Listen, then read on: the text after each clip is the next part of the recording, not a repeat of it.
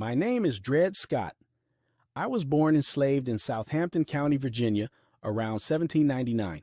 My first owner, Peter Blow, carried me west to Alabama and later to St. Louis, Missouri. When he died in 1832, I was sold to Dr. John Emerson, a surgeon in the United States Army. With Dr. Emerson, I traveled farther than I ever imagined.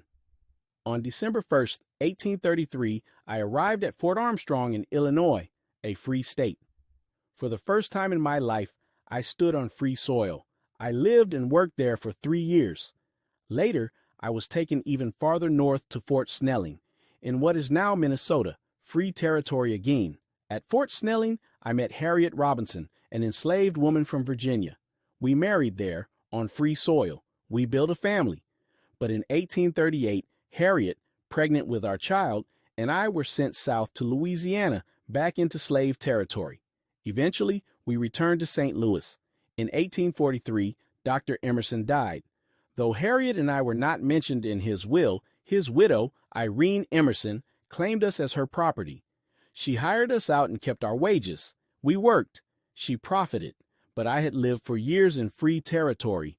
The law had once held that once free, always free. On April 6, 1846, Harriet and I each filed petitions in the St. Louis Circuit Court, suing for our freedom. With help from the Blow family and their friends, our case finally went to trial in 1850. The jury ruled in our favor. We were declared free. For a brief moment, we believed it was over. Mrs. Emerson refused to accept the verdict and appealed. While the case moved through the courts, she left St. Louis, moved to Massachusetts, and married Dr. Calvin Clifford Chaffee, an anti-slavery congressman. Dr. Chaffee was unaware that his new wife still enslaved us and was fighting to keep us in bondage. When he learned that he was legally connected to one of the most famous slave cases in America, he faced public embarrassment and criticism. Under the law at that time, a husband controlled his wife's property. In 1852, the Missouri Supreme Court reversed the earlier ruling. We were enslaved again. Still, we did not give up. With new lawyers and continued support, my case moved to the highest court in the nation, the United States Supreme Court. On March 6, 1857, the court ruled against me. They declared that I, a black man, was not a citizen and had no right to sue in federal court. They said Congress had no authority to prohibit slavery in the territories. Their decision strengthened slavery across the nation and deepened the divide between North and South.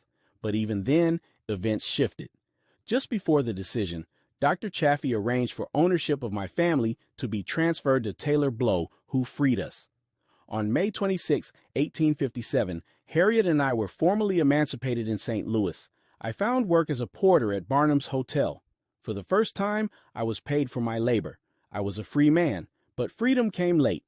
On September 17, 1858, I died of tuberculosis. My life was brief in freedom, but my case shook a nation. Though I did not live to see it, the struggle that bore my name helped push America toward a reckoning that would change its course forever.